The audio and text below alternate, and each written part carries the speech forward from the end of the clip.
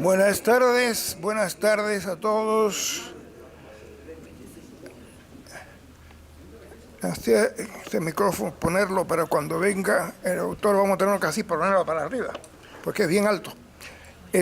Muchas gracias por estar aquí. Soy Orlando Rosardi, presidente. ¿No se oye nada? Oh, Dios mío. ¿No se oye? Sí, mira. ¿Y cómo se pone esto más alto? A no ser que se pegue uno aquí en la boca, sí. Bueno, que no haya ningún virus por aquí de estos chinos. Orlando Rosardi, el que les habla, presidente por ahora de NACAE. NACAE, como saben ustedes, es una organización que es la Asociación Nacional de Educadores Cubanoamericanos, fundada ya desde el 1990, y que hacemos todo tipo de reuniones como la de hoy. Representa educadores cubanoamericanos en Puerto Rico, aquí, y hacemos todo tipo de actos casi todos los meses de este tipo. También la Asociación Nacional de Educadores entrega una beca todos los años a un estudiante para que continúe con sus estudios, y también entrega un premio al educador del año, donde lo damos con una cena, etcétera, etcétera. Yo les hago la invitación para que ustedes pertenezcan a NACAE para llenar esta mesa, que ya nos vamos poniendo un poco viejos algunos de nosotros, y hay que renovar o morir. Entonces, quiero agradecer a Vicente, amigo mío y amigo de muchos de los que estamos aquí, Vicente Cherry, que ha venido desde New Jersey a dos presentaciones. Una presentación exitosísima de su libro El caballo de ébano, esta novela. El otro día fue estupenda, fue ahí en Books on Books, y también esta presentación de hoy, donde nos va a hablar de un tema interesantísimo, ¿verdad? Ese tema sobre el pensamiento religioso en la poesía cubana de los siglos XIX y XX, ¿verdad? Hay algo que algunos de nosotros conoce un poquito, algún poeta de allá que ha escrito sobre este tema, pero que no sabemos más, y él que sabe de eso mucho y de otras cosas más también. Es un honor tenerlo para aquí con nosotros. Como decía, algunas personas que están aquí han hablado sobre él, y entonces estaba yo ojeando algunas de las cosas que dice. Por ejemplo, Olga Connor, que está aquí, una vez le hizo una entrevista y dice que Vicente es poeta no solo en la lírica, sino también en la prosa, lo que ha demostrado en sus más de 3 décadas como columnista del Nuevo Herald. Es decir, una de las cosas que ha hecho Vicente es trabajar muchísimo el periodismo, un periodismo estupendo, ¿verdad? Donde efectivamente, como dice Olga, también es un poeta en la prosa, porque él ha escrito algunos libros muy interesantes de poesía. Es decir, ha publicado libros como Luz en la Piedra del año 86, Casi de Memorias del 2008, y otros relatos también, Doble 9, etcétera, etcétera. Ha escrito muchísimo. Él salió de Cuba ya hace muchos años, pero lo que queremos es que venga para Miami, que esté aquí con nosotros, nos acompañe. En New Jersey hay mucho frío, ¿verdad? Mucha nieve, ya es momento de que te mudes. Estaba hablando con alguien aquí y dice, bueno, vamos a traerlo, que venga para que era Miami. Me recuerdo que es el lugar donde mueren los mamíferos, ¿verdad? Venir aquí y acompañarnos, cosa de estar juntos con nosotros y seguir escribiendo. Él Por ejemplo, hay alguien que es un buen amigo, que es compañero, colega de la Academia Norteamericana de la Lengua, que es Manuel Santayana. Y también ha dicho él, Santayana, sobre Doble 9, el libro de Cherry. La obra narrativa de Vicente Cherry es inseparable de su visión poética y su prosa lúcida, elegante y frecuentemente implacable. Ilustra las mismas virtudes de su escritura lírica: concisión, claridad, arquitectura, riqueza no disminuida por la economía de los recursos narrativos, entre los cuales hay un manejo de erudición firme y certero, y el poder de sugerir un vasto panorama espacio-temporal con unas cuantas frases. Esto lo dijo Santayana, Manuel, hace tiempo también. Y efectivamente, ya le digo que es un honor tener aquí al autor de este último libro. Se lo recomiendo, lo he puesto 2 veces. No se lo pierdan. ¿Sabe una cosa? No me he leído yo todavía este libro. Es mío, me lo dedicó. Pero la culpa es del autor. Resulta que el autor me manda este libro y me dice en una carta, una nota: te envío junto el ejemplar de esta novela que presentaré en Miami. Esto fue la semana pasada, antes de nuestra reunión, la de hoy. Puedo adelantarte que se deja leer muy bien, pero que funcione mejor si se lee de una sola tirada, para que no se interrumpa su ritmo de vértigo. Entonces, claro, hace rato que no quiero interrumpir ese ritmo y no entro. Porque digo, voy a ver si voy a leer la novela de una vez y por todas. Pero me ha asustado con la nota que me mandó. Bueno, yo quiero que él nos hable hoy de ese tema tan interesante, ¿verdad?, sobre la poesía religiosa, y que nos hable como siempre hace él, eruditamente y con ese porte que tiene del Lord inglés.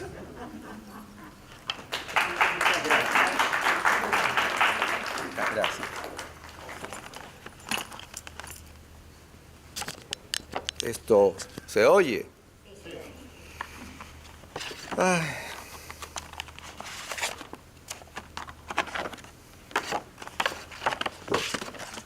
Ya de la tarde el manto misterioso sobre el callado mundo se desploma. Ya de Venus gentil el disco asoma, ya triste muere el sol. Llevemos por el áspero camino con religiosa fe la débil planta y oigamos la oración que se levanta de lágrimas a Dios. Esta primera estrofa de la oración de la tarde de Rafael María de Mendive es un prólogo idóneo a este recorrido que nos proponemos hacer por la expresión del pensamiento religioso en la poesía cubana de los siglos XIX y XX. Decía Ángel del Río que 4 eran los temas eternos de la poesía: el amor, el tiempo, la muerte y la búsqueda de Dios. Esa entidad de suyo, incognoscible, inefable, inapresable, que los seres humanos perciben oscuramente en medio de su finitud y su precariedad, y al que han tratado de definir y de vincularse a lo largo del tiempo y en todas las culturas. Es al empeño de sostener ese nexo con la otredad divina a lo que llamamos propiamente religión. Así como el hombre es un animal político, bípedo, hilarante y compasivo, es también un animal religioso, abierto con distintos grados de intensidad y de complejidad a la experiencia de lo trascendente. Esa experiencia siempre han tendido los humanos a convertirla en revelación, en ritual y texto normativo, Empeño que al tiempo que la encausa, cosifica y esclerotiza la religión, convirtiéndola casi sin excepciones en un dechado de sus propias aspiraciones y prejuicios. Es así que puede afirmarse que la religión paradójicamente sirve para acercarnos y para alejarnos del fenómeno divino. La poesía religiosa es una respuesta exaltada de nuestra búsqueda de Dios y en la práctica adopta todas las fórmulas de la plegaria: la alabanza, la contemplación, el ruego, la contrición, la intercesión, la esperanza de redención, el humilde acatamiento, etc. Aunque en la poesía cubana de los pasados 2 siglos, la religión no tiene un papel preponderante, como tampoco lo tiene en la totalidad de nuestro espacio social y cultural, pueden rastrearse expresiones de estas diferentes fórmulas en las cuales nos detendremos, como si se tratara de un muestrario. En José María Heredia, el primero de nuestros románticos, el predominio de la poesía patriótica, cívica, de marcado acento político, así como la histórica y la bucólica, es casi absoluto. No obstante, su fe religiosa, que se expresa como defensa de la tradición, asoma en uno de sus poemas más emblemáticos, con un abierto tono apologético, cuando censura la incredulidad de la Ilustración frente al portentoso fenómeno de las cataratas del Niágara, que como la naturaleza en general da testimonio de la obra de un creador poderoso. Omnipotente Dios, en otros climas vi monstruos execrables blasfemando tu nombre sacrosanto, sembrar error y fanatismo impío, los campos inundar en sangre y llanto, de hermanos atizar la infanda guerra y desolar frenéticos la tierra. Vilos, y el pecho se inflamó a su vista en grave indignación. Por otra parte, vi mentidos filósofos que osaban escrutar tus misterios, ultrajarte, y de impiedad al lamentable abismo a los míseros hombres arrastraban. Por eso te buscó mi débil mente en la sublime soledad. Ahora entera se abre a ti. Tu mano siente en esta inmensidad que me circunda, y tu profunda voz hiere mi seno de este raudal en el eterno trueno. Como sabemos, Heredia muere pobre en el exilio en 1839. Su muerte suscita la solidaridad de poeta y de cubana, de Gertrudis Gómez de Avellaneda, que vive en España y que responde a la noticia de lo que es una tragedia para nuestras letras con un sentido poema donde ya resalta su religiosidad, que si bien se expresa aquí con una cierta ingenuidad, habrá de madurar en textos de mayor acendramiento. A la muerte del célebre poeta cubano don José María Heredia, la Avellaneda afirma su fe en la justicia de Dios, remitiéndola a una compensación ultramundana en un locus divinus, que el vulgo de los hombres asombrado tiemble al alzar la eternidad su velo, mas la patria del genio está en el cielo. Allí jamás las tempestades braman, ni roba el sol su luz la noche oscura, ni se conoce de la tierra el lloro. Allí el amor y la virtud proclaman espíritus vestidos de luz pura que entonan el hosana en arpas de oro.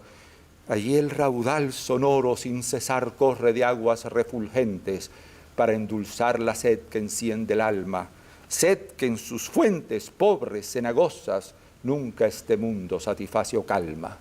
Allí jamás la gloria se mancilla y eterno el sol de la justicia brilla. A la Avellaneda volveremos en un momento. Apenas 5 años después, en 1844, la represión de la llamada conspiración de la Escalera tiene en el poeta matancero Gabriel de la Concepción Valdés, más conocido por Plácido, su más conspicua víctima. Notable compositor de letrillas y romances de temas históricos como Jicotencal o La sombra de Pelayo, y festivos como La flor de la caña o La flor del café. La inminencia de su ejecución lo lleva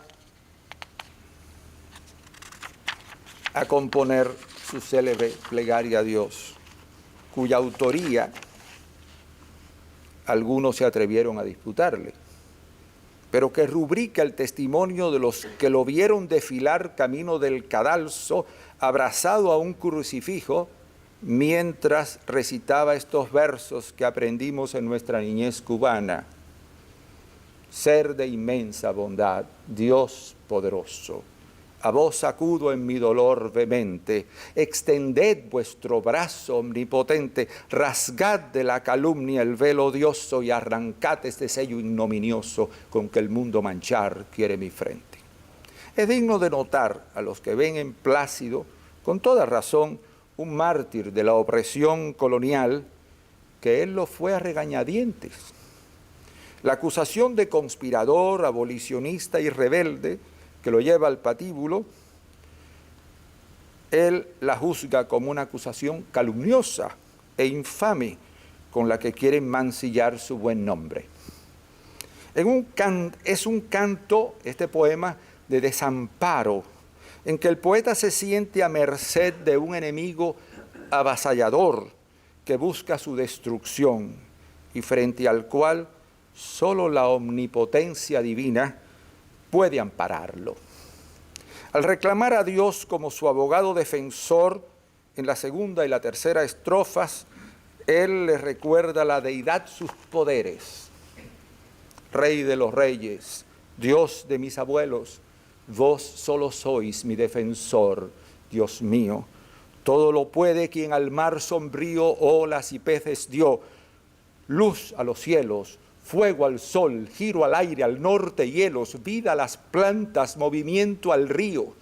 Todo lo podéis vos, todo fenece o se reanima vuestra voz sagrada, porque sin vos, Señor, el todo es nada, y aún esa misma nada os obedece, pues de ella fue la humanidad creada.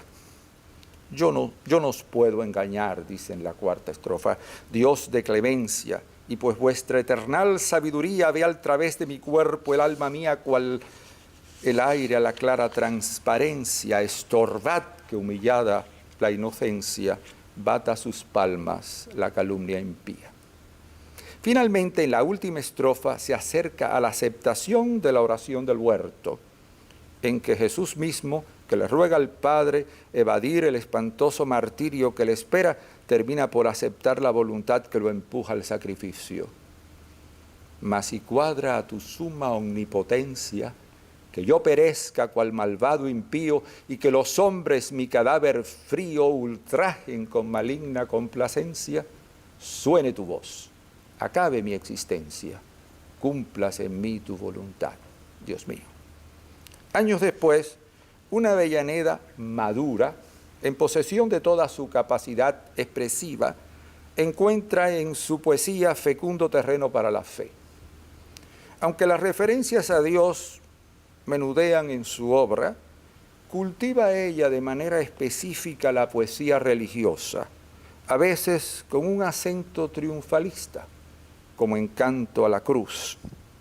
Tiene otras composiciones como Dios y el hombre, Miserere, o en la elegía segunda, luego de ingresar en el convento de Loreto en Burgos, luego de su primera viudez, en que tiene una mirada, digamos, introspectiva en relación con la fe. Pero yo resaltaría como un texto particularmente notable su dedicación de la lira a Dios. Es un largo poema en el que tienen cabida varios sentimientos religiosos. Veamos estas partes. Al principio, y en la misma cuerda que Plácido, la poeta alaba a la deidad destacando sus poderes y virtudes que se manifiestan tanto en la naturaleza como en el mundo del espíritu. Tú que le dices a la hojosa rama, susurra, muge y gime al mar bravío, silba al rudo aquilón, murmura al río, suspira al aura y al torrente brama. Tú que le das dulcísona garganta al pajarillo que saluda al día y le enseñas patética armonía al que en la noche sus amores canta. Tú que al alma también prestas acento, que hasta tu trono remontarse anhela y que más alto tu poder revela que las voces del mar, torrente y viento. Este numen que se muestra en el orden natural es el mismo que anima los dones de la creación artística y en particular de la poesía, que solo puede atribuirse a una intervención milagrosa o sobrenatural. Tú solo tú, ser de los seres, sabes la esencia y los misterios sabes. De esa lira inmortal los sones graves solo pueden brotar cuando tú quieres. Solo a tu voz el mundanal ruido se vuelve en ella armónico concento. Solo a tu luz descubre el pensamiento en cada eco fugaz, hondo sentido. Naturaleza en inefables sones tu nombre anuncia, tu bondad proclama, y esas bellezas con que el genio inflama son de tu amor benéficas lecciones. Él las entiende, su oblación te envía con ígneas alas al dosel superno, y eso que llama el mundo poesía, ese tu nombre, oh Dios, un eco eterno. Mas, ¿do hallar formas su entusiasmo santo? ¿Qué expresión digna de tan alto anhelo? Para tal fuego la palabra es cielo, para tal melodía es rudo el canto. ¿Qué importa, empero, a la inspirada mente de su idea encontrar débil sonido, si comprende el silencio aquel oído que hay en cada emoción himno elocuente? ¿Qué le importa a la lira que desprende del alma un son se extienda poco mucho, si antes que ella lo exhale yo lo escucho? Si antes que yo lo escuche, Dios lo entiende. Con el cambio de metro, cambia también el tono del poema para hacerse de exaltada adoración. Oh autor del genio divino, su destino solo es mostrar tu poder, que tú a este polvo que piensa das la inmensa revelación de tu ser. Soy un gusano del suelo, cuyo anhelo se alza tu eterna beldad. Soy una sombra que pasa, mas se abraza ardiendo en sed de verdad. Soy hoja que el viento lleva, pero eleva a ti un susurro de amor. Soy una vida prestada que en su nada tu infinito ama, Señor. Soy un perenne deseo, y en ti veo mi objeto digno, inmortal. Soy una inquieta esperanza que en ti alcanza su complemento final. Y en las 5 estrofas que siguen encontramos lo que no dudo en considerar el mayor acto de contrición de toda nuestra literatura.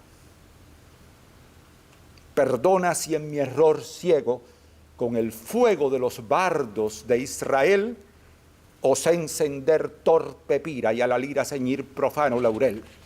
Perdona si de tus dones mis pasiones trocaron el alto fin, marchitando santas flores con vapores de este mundano festín. Y si el incienso sagrado destinado solo mi Dios a tu altar, en aras de deidad vana llegué insana alguna vez a quemar. Perdona si los sonidos despedidos del arpa del corazón pidieron al vulgo necio bajo precio de su elevada ambición. Y si la bella armonía que debía buscar su autor inmortal lanzó el alma en su locura por la impura atmósfera mundanal. Y a este arrepentimiento con nuevo cambio de métrica, le sigue la fervorosa dedicación de ese quehacer que es la tarea fundamental de su vida y de un destino que sin modestia alguna tiene por elevado y magno. Borra de la mente mía, de aquel delirio la tenaz memoria, y sea ya mi eterna poesía el himno santo de tu eterna gloria. Sea mi vida un acto reverente, un éxtasis de amor mi alto destino, y cada aliento de mi pecho ardiente un holocausto a tu poder divino. Y el tono se hace aún más vehemente cuando, más allá de su vocación personal, postula que esta entrega es y debe ser inherente a la poesía, a la labor del poeta, juzgado genéricamente e incluso de la humanidad en general. Liras del alma, remontad las voces, llenad la tierra, fatigad los vientos, que surquen el espacio ecos veloces, que se hinchen las esferas de concentos. De la noche entre sombras, entre albores del alba, vuele vuestro aplauso eterno, envuelto en los aromas de las flores, flotando con las nubes del invierno. Corra en el huracán, zumbe en el trueno, giren las olas de la mar bravía, llene del universo el ancho seno, pase en su vuelo al luminar del día. No hay más que Dios. Tu fuerza es ilusoria si te apartas de Dios, genio del hombre. Tu nombre ensalza el preludiar su nombre. Tu gloria existe en proclamar su gloria. Y concluye con 2 estrofas de íntima adoración en la que la deidad impersonal y tremenda que se muestra en el orden natural y que es fuente primordial de la poesía, cede el lugar a la visión crística del Dios encarnado. Y tú que este anhelar del alma entiendes y en quien su alta ambición reposo alcanza, hoy que en sublime fe mi pecho enciendes, préstale alas de fuego a mi esperanza. Pueda tus huellas adorar de hinojos, pueda entrever las orlas de tu manto, y un rayo hiera de tu luz mis ojos, y un soplo aspire de tu aliento santo. Pedro Santacilia, poeta, periodista cubano, que vivió en su largo exilio en México y allí murió en 1910, no sin antes haberse inscrito como ciudadano de nuestra joven república, es autor de un extenso poema que con el breve título de Dios remeda hermosamente ese cántico de las criaturas que con el nombre de Benedicite Omnia Opera Domini ha sido durante siglos parte de la liturgia de las horas. Cito aquí solo 3 estrofas. Tú, rojo sol, que la brillante lumbre hasta el ocaso llevas desde oriente, y tú como ninguna cándida, pudorosa, melancólica luna, que embelleces la cóncava techumbre, y vosotras purísimas estrellas, que en medio de la noche silenciosa, flamígeras y bellas, iluminando el suelo, llenáis el orbe y alumbráis el cielo. Bendecid al Señor, que vuestras voces el espacio recorra, que veloz es la atmósfera cruzando y las nubes altísimas pasando, la gloria del Señor proclamen, sus obras canten y su nombre aclamen. Y a los seres unidos que habitan las regiones celestiales y a los astros que vagan suspendidos en la bóveda azul del firmamento, unan también su acento agrupados en coro los mortales.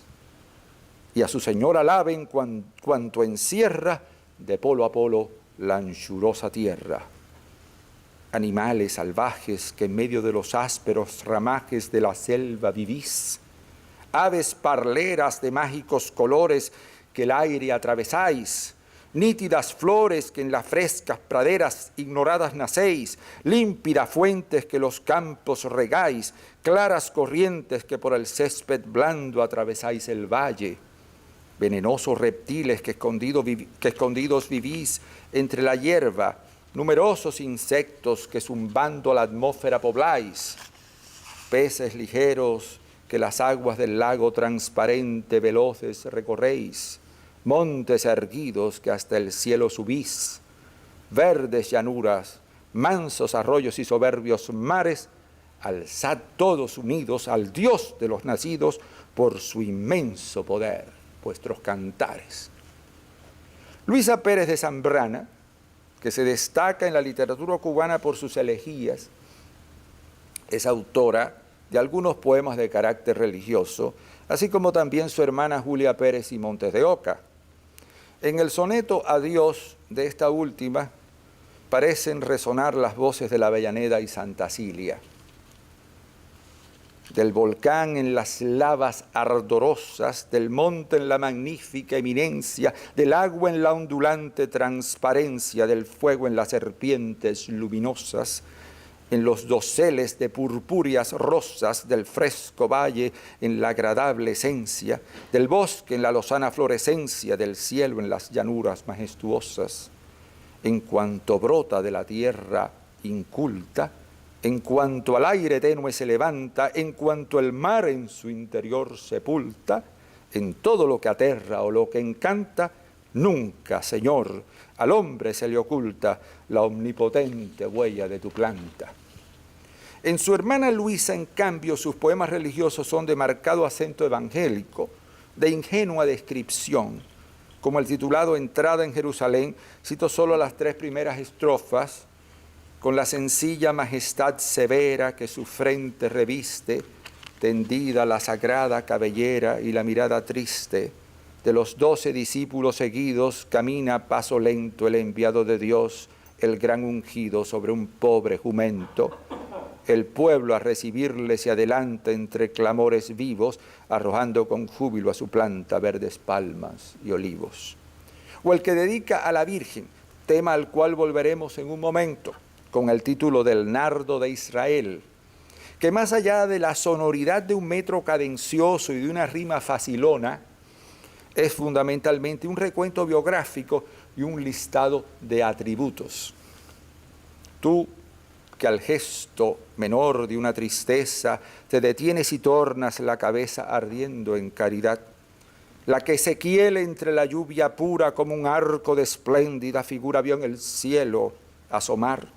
Tú, la madre divina del Mesías, soñada y anunciada de Isaías, aún antes de nacer, como aura suave de bondad pasaste y con tus alas santas levantaste la abatida mujer. Tú cambiaste la faz del universo y perfumaste el corazón perverso, paloma de Judá. Al culpable bendices, que asombrado ve arrepentido, atónito, humillado tu celeste bondad. Ante la culpa y la maldad extrema se estremece la cándida diadema en tu pálida sien, que tu semblante de azucena y lirio lleva el dolor del crimen y el martirio del criminal también. Tú eres mar de dulzura y mansedumbre, y elevada del Líbano en la cumbre, la palma de José, el ensueño de nácar del poeta, el éxtasis sublime del profeta, el nardo de Israel. El modernismo cubano está huérfano de poesía religiosa. En la obra de sus 2 figuras cimeras, Martí y Casal, no encontramos ni un solo verso que se acerque a este tema, y con esta carencia inauguramos el siglo XX. Ernesto Fernández Arrondo, poeta y periodista injustamente olvidado, hombre culto y de fe que empieza a escribir en la segunda década del siglo, puede verse como un puente intergeneracional en esta tradición de la poesía religiosa. He querido incluir aquí su oración por los malos y los tristes, no exenta de ripios, por tratarse de un ejemplo único en nuestra literatura de la oración intercesora. Señor, en esta hora de paz y de consuelo, he clavado mis ojos en el gris de tu cielo de lluvia, y ya mi espíritu, de la carne liberto, deshoja su plegaria en el místico huerto. Señor, por mí no acudo, para mí nada quiero. Si me lo diste todo, solo a ti ya te espero. Te pido una sonrisa para el fango y la zarza. Suplico una mirada para lo abyecto y lóbrego. Te pido por el cáncer de la carroña humana y por las crueles gentes de los semblantes torvos. Te pido por los malos. Y al más malo, Señor, recíbelo en tu seno, aunque sea mi enemigo. Tan plena está mi alma de dolor y de amor, que por ellos tan solo dulcemente te pido. Canta la lluvia afuera, y la plegaria glosa mi súplica su canto. Todo es paz en la bruma, mas al callarse el agua, de ansiedad dolorosa agítase mi pecho, y una omisión me abruma. Señor, por las estrellas en la noche olvidadas, y por las almas tristes al silencio inmoladas, y también por los pájaros en la noche dormidos, por la angustia infinita de las cosas calladas, por los idilios rotos y los ensueños idos. Habrán de pasar algunos años para encontrar un cierto renacer de la poesía religiosa de raíz católica en los llamados poetas de Orígenes, que se agrupan en torno a la figura magisterial de José Lezama Lima. Lezama tenía alrededor de 32 años cuando publica su primer poemario, Enemigo Rumor, donde aparecen sus 4 sonetos a la Virgen, a la que empieza llamando de Ípara, o paridora de Dios, que es una manera acaso algo más ruda, más corporal, de traducir el término griego Theotokos, Madre de Dios, título que la Iglesia antigua, ya penetrada de paganismo, le otorga a la Madre de Jesús. En el último verso del tercer soneto, el poeta se pregunta, ¿y si al morir no nos sacuden alas? Y se responde con el audaz, críptico y ciertamente hermoso cuarto soneto que destaca el papel intercesor que le atribuyen a la escogida de Dios. Pero sí acudirás. Allí te veo ola tras ola, manto dominado que viene a invitarme a lo que creo mi paraíso y tu verbo el encarnado. Ramas de cerezo, buen recreo, o en cestillos de mimbre gobernado, en tan despierto tránsito lo feo, se irá tornando el rostro del amado. Advierto aquí un guiño a San Juan de la Cruz, y con él al cantar de los cantares, antes de sumergirnos en las absurdas y deslumbrantes imágenes de los tercetos teñidas de surrealismo. El alfiler se bañará en la rosa, sueño será el aroma y su sentido, hastío el aire que al jinete mueve. El árbol bajará dicción hermosa, la muerte dejará de ser sonido, tu sombra hará la eternidad más breve. El epifonema es un desesperado reclamo de terrestre temporalidad frente a la inhumana vastedad de lo eterno. La presencia de la Virgen que le aporta al Dios encarnado en su seno semejanza de humanidad, de maternal afecto, podría reducir la eternidad a los límites comprensibles del tiempo, dejando entrever con este ruego que toda eternidad puede terminar siendo infernal, aunque nos consuele y nos alegre la presencia divina. Haciendo bueno el dicho de un maestro budista, el placer, si se prolonga, en dolor se ve tornado, pero el dolor prolongado en un placer no se torna.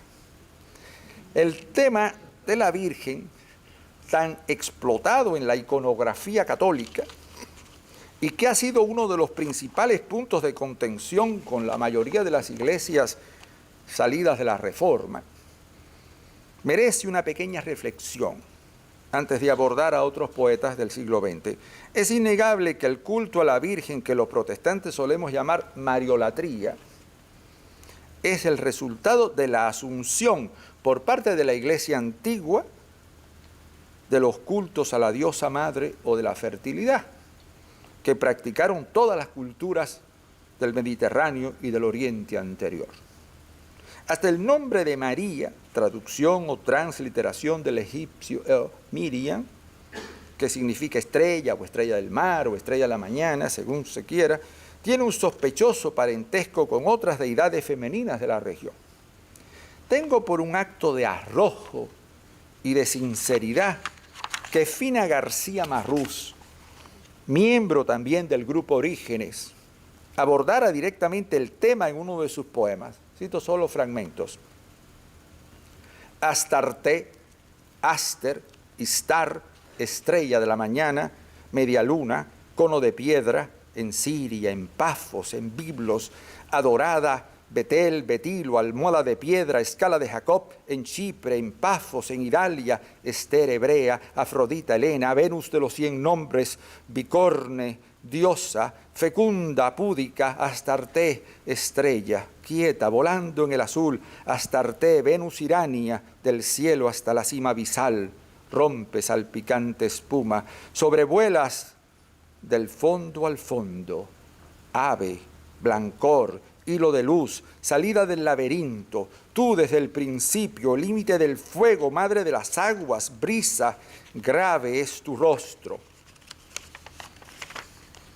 En la luz pensativa, las bocas hundidas ya en el polvo de los milenios, el ojo oscurecido del hombre te llamó stern, star, stella, estela, el signo de la sierpe junto al signo de la cruz, tras la extraña dispersión de las lenguas. Siempre el eco antiguo de tu nombre como el manto roto que todavía guarda una orla de oro. Apiádate de nosotros, sepultados por siempre en este valle final. De mí hasta ti, dulce y tranquila eres, ave. Del fondo al fondo, Istar, Astarte, luz madre, apiádate, estrella. La humanidad del Hijo encarnado no le parece suficientemente cercano o confiable a muchos creyentes que ven en la Virgen una intercesora más propicia a la comprensión y al afecto. Este ha sido el origen de este culto tan extendido y diversificado en innumerables advocaciones.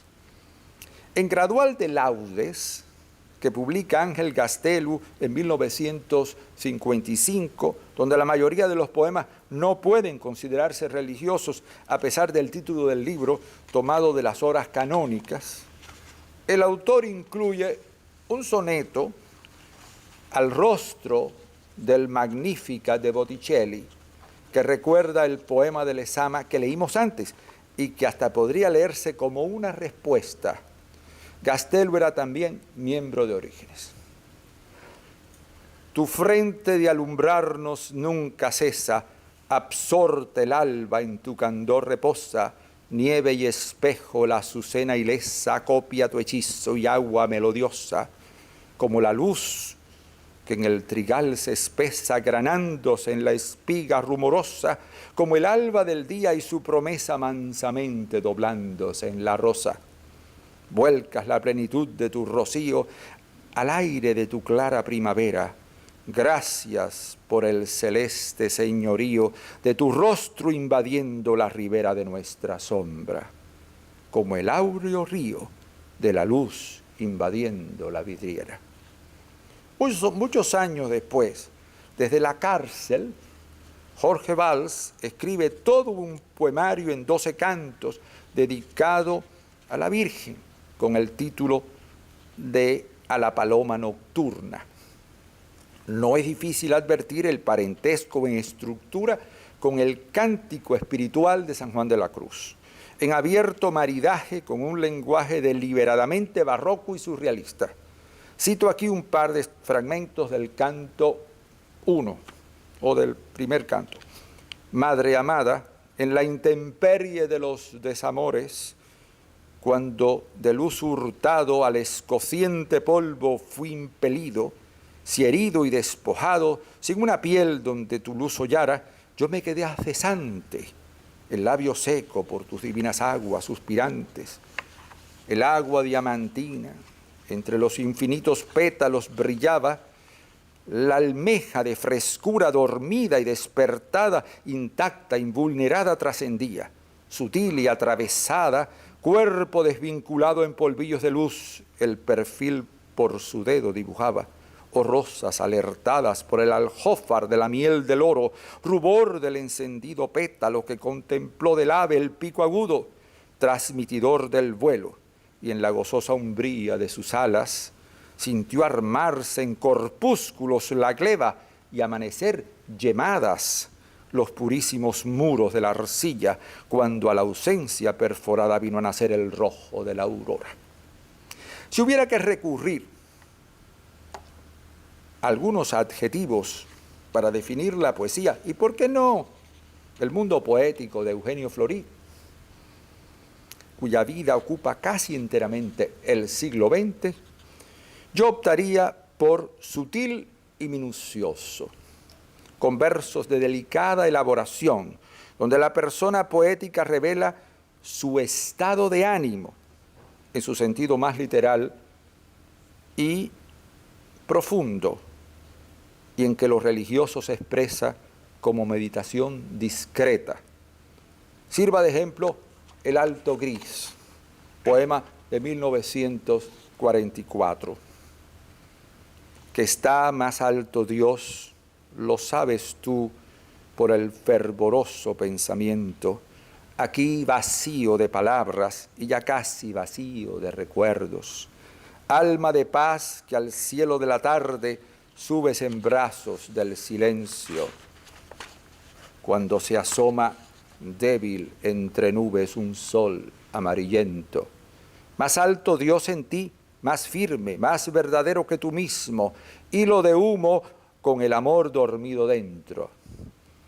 Qué bien lo sabes, porque está la noche en la ciudad cayendo y todo en ti se pone gris con el opaco gris del cielo. Y con el gris de la callada altura se van iluminando los ensueños, gotas de luz que se abrirán más tarde en unas flores de brillantes pétalos. Tú lo sabes, que Dios abre su rosa de invisible fuego ahora, cuando reina de la altura, sube tu alma en brazos del silencio. En las antípodas de esta discreción meditativa de Florí está la poesía exaltada y ciertamente indiscreta, extrovertida, de Emilio Vallagas, célebre, entre otras cosas, por haber ventilado en ella sus intimidades, en algunos poemas que se citaban luego en corrillos de individuos de una sexualidad otra, como ejemplo de atrevimiento lírico. Hacia el final de su relativamente breve vida, Vallagas publicó un libro de sonetos, Cielo en rehenes, donde se encuentran algunos de los más hermosos y profundos poemas religiosos de toda nuestra literatura. Es más, me atrevo a proponer que su soneto de cómo Dios disfraza su ternura, que recientemente inspiró una obra musical del compositor Aurelio de la Vega, constituye el ápice de nuestra poesía religiosa, incluso como muestra de reflexión teológica.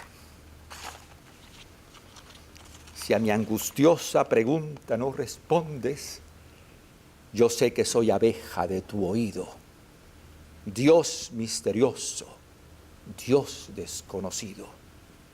¿Por qué si más te busco, más te escondes? Las olas de los cuándos y los dóndes manchan de sombra el litoral perdido en donde clamo. Si no estás dormido, tal vez mi hoguera parpadeante rondes. Lucero en lo alto de mi noche oscura, o vampiro amoroso, que la veta se bebe lento de mi sangre impura. Y luego lo que puede ser un suave reproche en el último terceto. Como nutres de luz a tu criatura, en tanto la devoras. Qué secreta, Señor, es tu ternura. Contiguo a este soneto, en la página precedente se encuentra otro titulado de la agonía, en la que Dios no es tanto búsqueda angustiosa, cuanto amada cercanía de Cristo que Él encuentra en la hondura de su alma y como buen católico en la presencia eucarística. En medio de las sombras, yo te he amado, oh Señor del callado y del doliente. Mi fe no te disfruta, te presiente, y en mi dolor te miro retratado. Dentro de la ceniza te he encontrado, y eras llama de amor, carbunclo ardiente, que coloqué en mis labios de sufriente, queriendo saborearte enamorado. Y henchido el corazón de tu frescura, penetró en mis entrañas el rocío, y se hizo libertad la quemadura. Tú eras el Padre convertido en río, la vid, el trigo, la verdad madura, la lágrima en el cáliz, Cristo mío. El énfasis aquí habría que ponerlo en la palabra enamorado, con que finaliza el segundo cuarteto. El culto a Cristo, es decir, a Jesús el Mesías, Christos en griego, a Jesucristo, en fin, es ante todo una experiencia amatoria, un acto de enamoramiento. Decía Renan en el epílogo a la historia del pueblo de Israel que las personas que conocieron a Jesús se volvieron locas de amor por él, al punto de salir a conquistar el mundo, y el mundo adoró al que fue tan amado por ellos. Yo agregaría que en toda la historia nadie ha suscitado tanto amor como este profeta judío del siglo I, a quien 1/3 de la humanidad identifica con Dios. Este sería el criterio con que juzgar la opinión de ascetas, místicos y teólogos, como también de todos los poetas que se han acercado a su figura a través de los tiempos. Bajo esta luz debemos juzgar este extraordinario soneto de Bayagas, como también la obra de otros poetas cubanos contemporáneos, como son Fina García Marrús, a quien ya mencionara, y Eliseo Diego, con quienes concluiremos esta disertación. Fina García Marrús es la única poeta cubana de cualquier época que podemos definir como una poeta esencialmente religiosa, de honda raíz cristiana. Aunque haya abordado en su extensa obra otros muchos temas, su palabra siempre ha de verse a través del filtro de la fe, de su experiencia de lo trascendente o de lo luminoso, si queremos decirlo en los términos de Rudolf Otto. Y en el mero centro de esa experiencia de fe está Cristo, como punto de convergencia de todas las fuerzas en pugna. Esto se hace evidente en su poema Los Contrarios, del que solo citaré el soneto inicial. Ladrón es quien está de un solo lado, quien izquierdo o derecho el ser divide. Yo el ladrón quiero ser, que te ha mirado siquiera en el morir.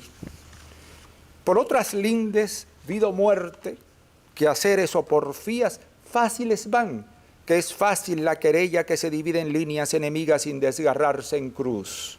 Ay, cómo ellas se reparten y juegan los vestidos de aquel que está en el medio, cada una tiras de su verdad flameando al viento, mientras que callas tú en el centro vivo de todo, en ese punto que entrecruza lo enemigo y lo torna sufrimiento.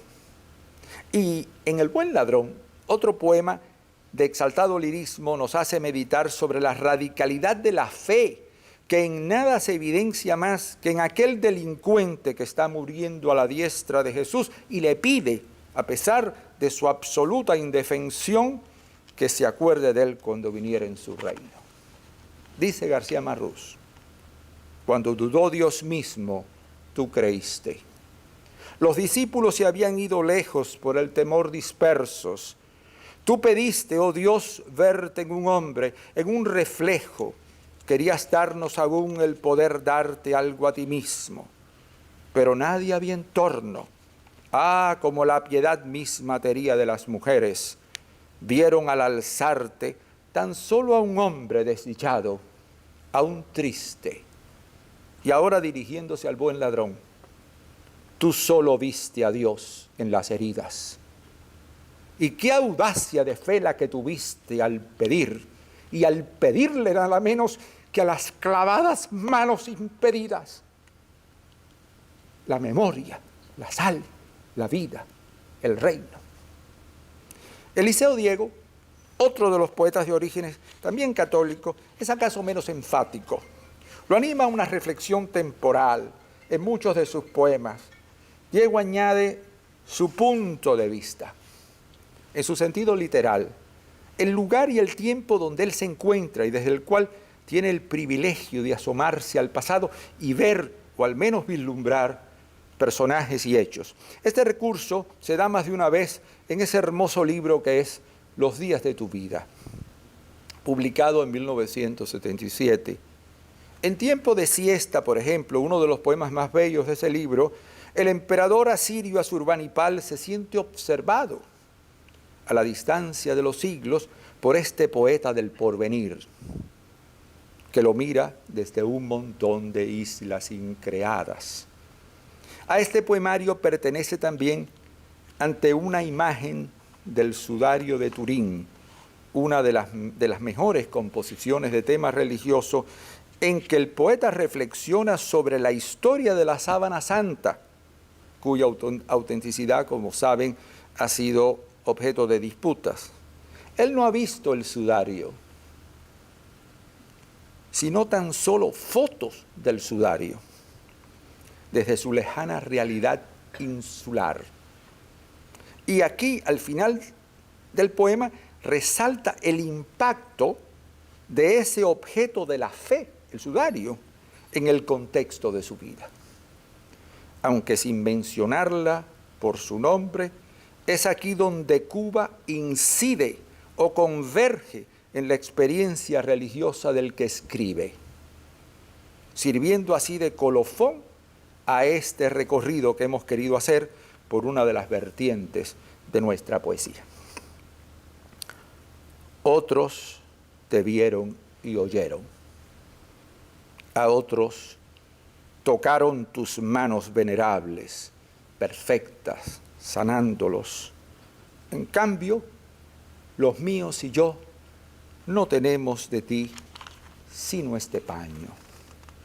Sé que en algún recodo del tiempo está escondido el día en que otras manos rugosas y hábiles le dieron fin. El calor de aquel día, el polvo y el olor de aquel día, el ruido y la conversación y las blasfemias y llantos y alabanzas de aquel día. Como también sé que del mismo modo está oculta la hora en que los dedos sinuosos del mercader dispusieron con rápidos cuidados la gran pieza de paño en el anaquel sombrío de la trastienda, en la que nunca penetró el sol, hasta el día en que la desolación arrasó a Jerusalén y los lagartos hallaron sabrosa resolana en sus recintos secretos. Y ahora por fin debo imaginar pacientemente, aunque tú sabes que está oculto también entre los vastos pliegues y dobleces del tiempo, el angustioso rostro que de la turbulenta luz halla refugio en la penumbra. Por la barba de José de Arimatea, el sudor y las lágrimas siguen los mismos surcos, y ahora pone una sobre otra las monedas, se distrae apilando las dóciles monedas en una torre de Babel minúscula, en tanto el ágil mercader corta el sudario. En esta noche mía, tan remota, desde una de las extrañas islas de que habló Isaías, miro la imagen del paño, pues la magia lo hace posible así, mas no la tela misma, y siento no compasión por las tribulaciones de esos arroyuelos de sangre que por tus brazos convulsos buscaron acogerse a la muerte, no, sino una incomprensible alegría, pues esas ¿no son las sombras reales de tus manos? Las manos que otros miraron y tocaron esas mismas. Y mientras sobre las palmas y el húmedo techo de mi casa, con un rumor de espeso terciopelo, se derrumba la noche de las islas, sepultándome con un polvillo de murmullos en el oído, yo me aferro a esas sombras reales, a tus manos, quietas y vivas, bajo los pliegues y dobleces hondos del solo inmenso universal sudario que tú echaste ligeramente a un lado, alzándote a la luz y a la vida. Gracias.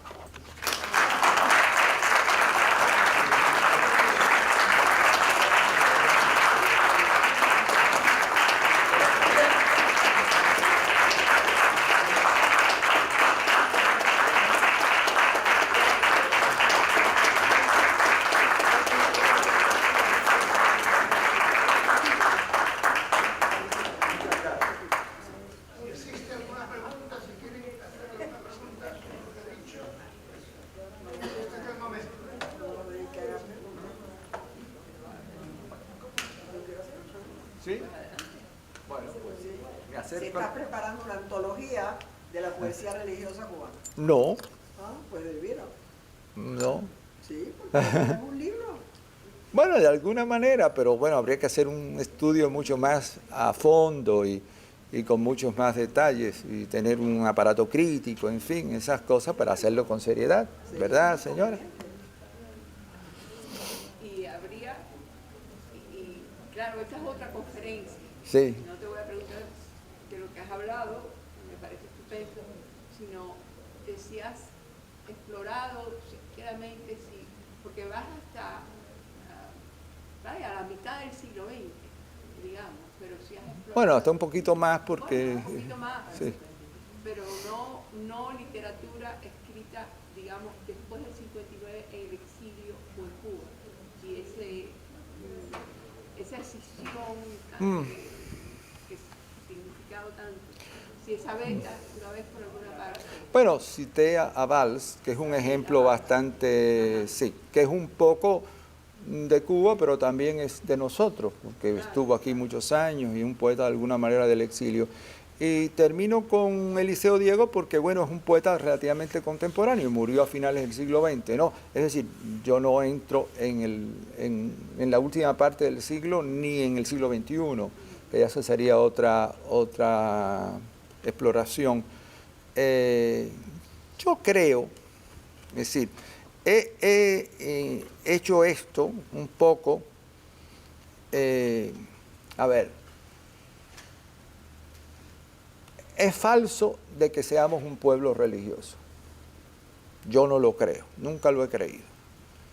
Creo que somos un pueblo, a pesar de todas las prácticas animistas que hay y de todas esas cosas contemporáneas, pero los que tenemos bastante edad nos podemos acordar que a la Iglesia Católica, por ejemplo, que era la iglesia más popular en Cuba, apenas iban hombres. Era una iglesia donde que la mayoría de los fieles eran mujeres. Todo el mundo se proclamaba católico, pero la mayoría de la gente decía que era católico a su manera. Esa es la verdad. Nosotros compartimos con Argentina un gran descreimiento. Sin embargo, en la América que llamémosle India, ¿no? Donde hay una mayor, digamos, muestras de religiosidad y de piedad. Entonces, de ahí que a mí me interesara ver que a pesar de esa orfandad, si se quiere, había poesía religiosa. Digo, creo que he hecho un recorrido bastante... y hay aún más muestras, pero bueno, estas son relevantes. Eso ha sido lo que me llevó a explorar esto en que a veces no se repara, porque en la mayoría de las antologías, salvo aquellas que son muy exhaustivas, como la de Lezama sobre la poesía cubana, no hay muchas expresiones de poesía religiosa. En el caso, bueno, hay excepciones como el caso de la Avellaneda, que por ejemplo la dedicación de la Lira a Dios casi siempre está antologada porque es un gran poema. Y sí, y bueno, y Heredia porque el pedacito ese está en el Niágara, que es su... La de Plácido. Ah, no, la de Plácido sí, la de Plácido sí. No la aprendíamos en Sí. Eso había que aprenderse en la escuela. No sé si alguien más, ¿sí? Yo empecé a tomar nota. Yo con mi querido y directo amigo Cherry, distinguió que yo estaba tomando nota. Pero yo no voy ni a preguntar ni a criticar. Yo solo quiero felicitar a Vicente Cherry por el trabajo que ha preparado. Y me uno a la exhortación de que debe seguir trabajando y preparar un libro con esa antología hasta donde pueda. Si no lo cortas todo, por lo menos, déjanos ese legado. Te lo vamos a agradecer. Bueno. Gracias.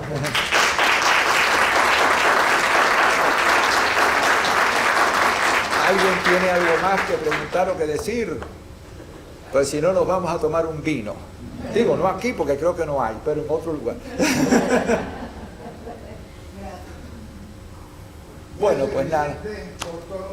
No. Una pregunta, por ejemplo, entre poetas jóvenes, más jóvenes todavía de los que has mencionado, ¿has buscado algo y has encontrado algo?